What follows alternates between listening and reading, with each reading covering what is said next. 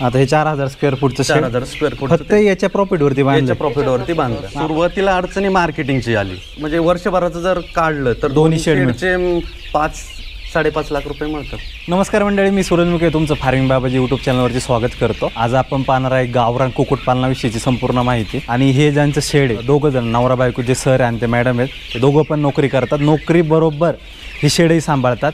आता मागच्या वर्षी आपण पाहिलं असेल की गावरान कुक्कुटपालनाचं किती बूम झालं होतं. नुसतेच गावरान कुक्कुटपालन टाकत होते, पण जितक्या पटपट लोकांनी गावरान कुक्कुटपालनाचे शेड टाकले, मोठे मोठे मारले, हजारोंचे शेड मारले, तितक्या पटपट लोकांनी बंदही केले. मग त्याची कारणं काय होती बंद करण्याला? आणि हे जवळपास 4 वर्ष करतात आहे. आणि फक्त नुसतं एवढं नाही करत आहे, नोकरी सांभाळून हे करणं म्हणजे सोपं काम नाही. आणि त्यातही ते सक्सेसफुली करतात आहे, प्रॉफिट कमावतात आहे. तर याबद्दलची संपूर्ण माहिती आपण ह्या व्हिडिओमध्ये पाहणार आहे. व्हिडिओ मस्त होणार आहे, व्हिडिओ पूर्ण पहा. मित्रांनो, आपल्याबरोबर हे साहेब आहेत की ज्यांचं हे कुक्कुटपालन आहे. तर साहेब, सगळ्यात पहिले तुमचं नाव आणि आपला पत्ता सांगा. नमस्कार, माझं नाव संदीप गोविंद शिंदे, मुक्काम पोस्ट कांदळी, तालुका जुन्नर, जिल्हा पुणे. माझं नाव रेश्मा संदीप शिंदे. तुम्ही नवरा बायको मिळून हे कुक्कुटपालनाचा व्यवसाय करताय. हा कधीपासून करताय? हा झाले 4 ते 5 वर्ष झाले. जसं मी पहिलं सुरुवातीला सांगितलं लोकांना का तुम्ही नोकरी सांभाळून करताय, मग तुम्ही पहिल्यापासून जेव्हा टाकलं तेव्हापासून नोकरी बरोबरच करताय? हो, दोघे पण. किती वर्ष झालं याला कुक्कुटपालनाला करून? इथे 5 वर्ष झाले आणि आता एक नवीन शेड चालू केलंय, त्याला 1.5 ते 2 वर्ष होत आले. आणि तुम्ही पहिल्यापासून गावरान कुक्कुटपालनामध्येच काम करताय? यस, गावरान कुक्कुटपालन. आता ही जात बघतोय, ही कोणती जात आहे? RIR. पहिल्यापासून RIRच करताय? हो, मध्ये एकदा कावेरी केली होती, पण त्याचे काही रिझल्ट मला एवढे खास वाटले नाही, म्हणून मी कंटिन्यू आपले RIR केलं. सुरुवातीला आम्ही काय केलं होतं, पहिल्यांदा गाई घेतली होती एक, तेव्हा 55,000ला एक गाई घेतली होती, जर्सी गाई होती.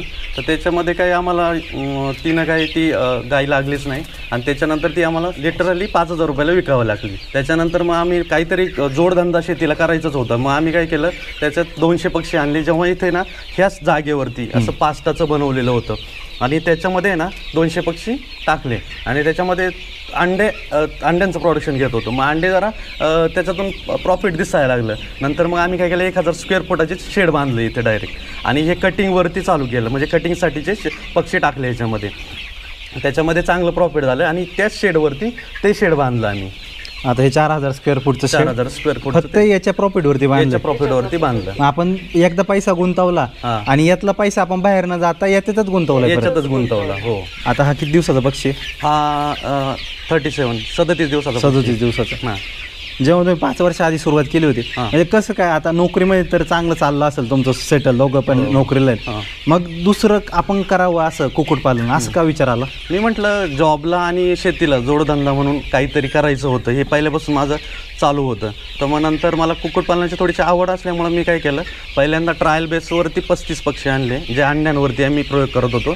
त्याच्यानंतर मग त्या 35मध्ये थोडंसं प्रॉफिट दिसल्यानंतर आम्ही काय केलं, 200 पक्षी आणले आणि 200 पक्षाचे त्याच्यामध्ये प्रॉफिट दिसत राहिलं. मग आम्ही डायरेक्ट 1000 पक्ष्यांचं शेड तयार केलं आणि त्याच्यामध्ये चालू केलं. म्हणजे आता हे जे आपण शेड पाहतोय, हे सगळ्यात सुरुवातीला बांधलेलं तुम्ही? सुरुवातीला शेडचं. आणि दुसरं एक शेड आहे ते त्याचं आता 2 वर्ष झाले.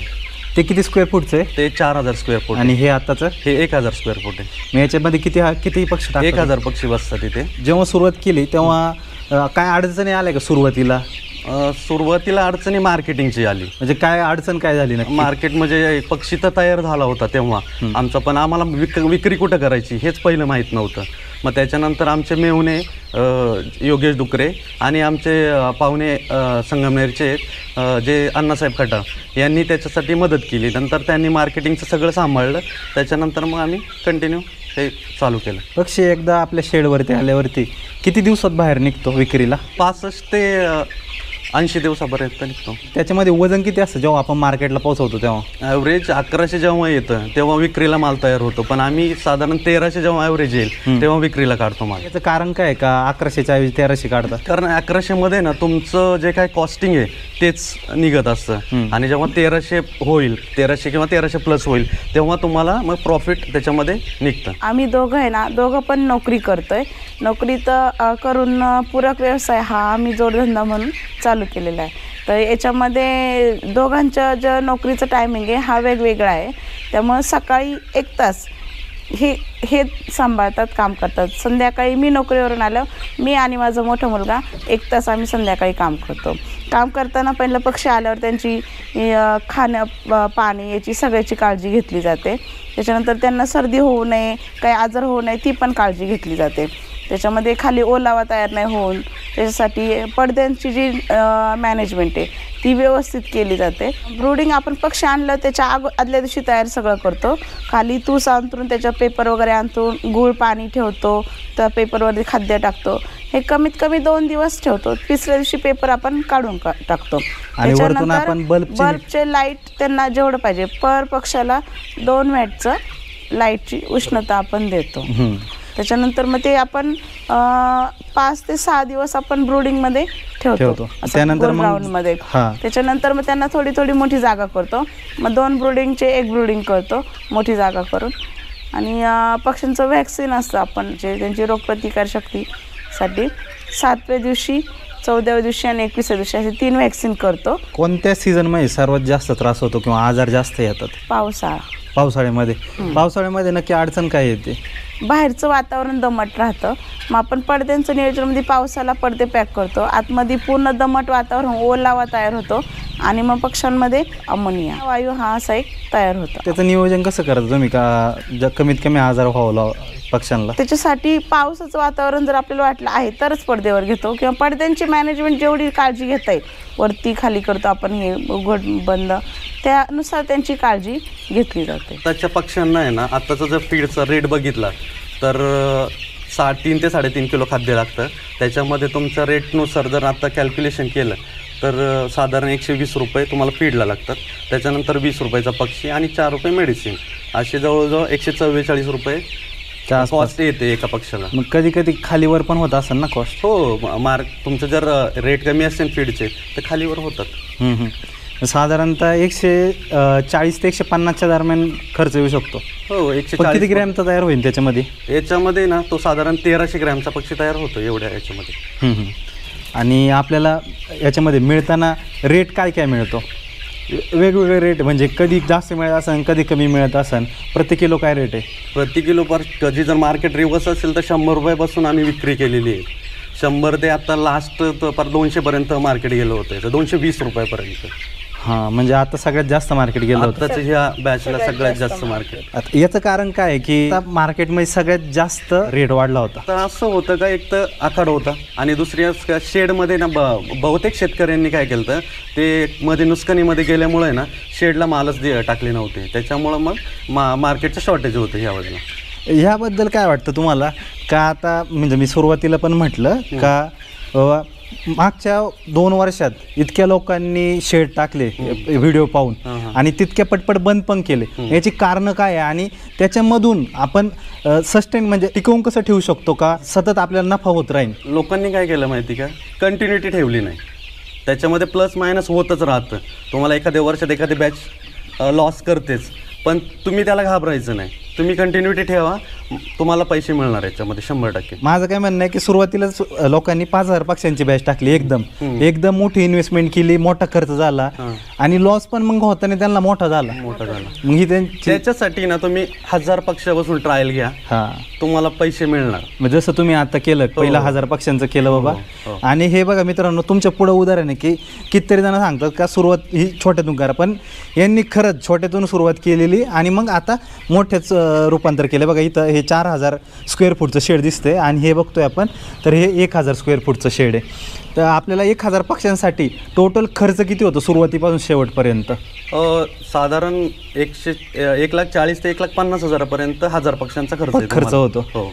आणि 1000 ॲव्हरेजली जर पकडलं तर वर्षभरात किती बॅच निघतात? त्यात 3 ते 4 बॅच निघतात. तुम्ही किती काढता एक वर्षभरात बॅच? कधी 4 काढलेले आहेत, कधी 3 पण निघलेले आहेत. जसं मार्केटला डिमांड आहे त्यानुसार पक्षी टाकता का? हो, तसंही केलेलं आहे आणि वातावरणाचं पण थोडंसं बघून मग माल टाकलेला आहे. का बाबा जास्त वातावरण खराब असेल तर पक्षी मरतूक होऊ नये म्हणून त्याच्यासाठी वातावरण बघितलं. याच्यामध्ये तुम्हाला ॲव्हरेजली कधी कमी प्रॉफिट होत असेल, कधी जास्त प्रॉफिट होत असेल.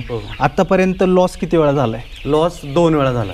म्हणजे एवढ्या 4-5 वर्षात फक्त 2 वेळा लॉस झालेला. आणि ॲव्हरेजली प्रॉफिट किती होतो 1000 पक्ष्यांमागं? ॲव्हरेजली प्रॉफिट 1,000 पक्ष मागे आहे ना तुम्हाला 30-40 हजार रुपये मिळतात. तुम्हाला एक वर्षभरात किती किती प्रॉफिट होतो?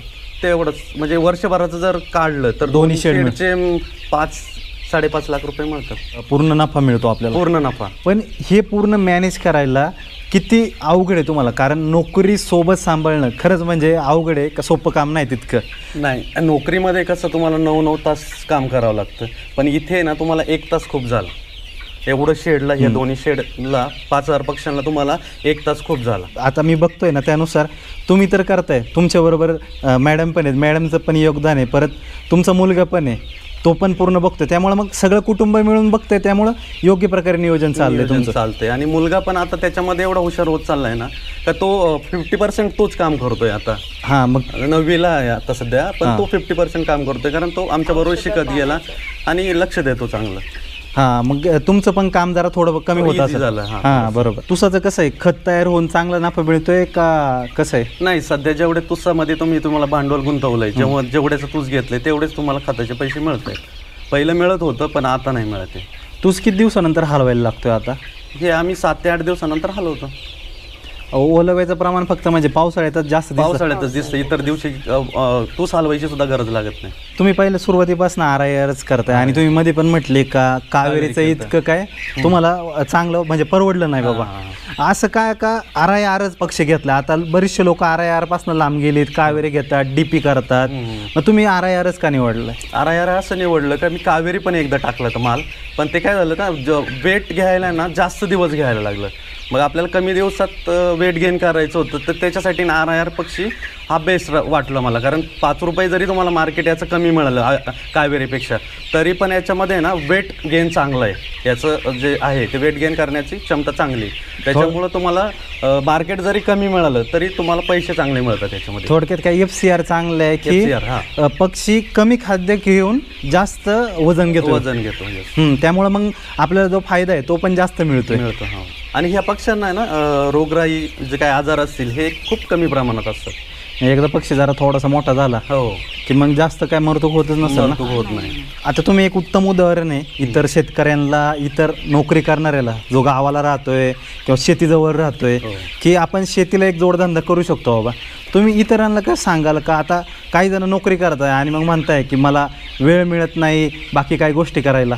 जो कोणी शेतकरी आहे का त्याने बाबा कशा प्रकारे याचं नियोजन करून आपलं उत्पन्न वाढवलं पाहिजे? कसं असं जोडधंद्याला काय एवढा जास्त वेळ द्यायची गरज लागत नाही मला वाटतं ह्या तरी धंद्यासाठी.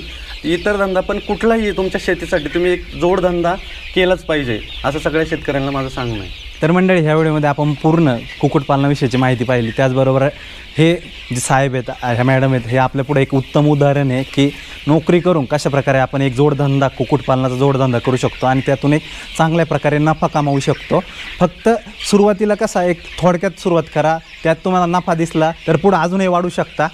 आणि यातून कसं आहे अनुभव पण येईल तुम्हाला, काय काय अडचणी येतात सुरुवातीला त्यावर कशी मात करता येईल हेही शिकाल. आणि नुकसान होईल तर एकदम थोडीशी नुकसान होईल सुरुवातीला. तर भेटूया अशाच एका चांगल्या माहितीसोबत एका नवीन व्हिडिओमध्ये. धन्यवाद.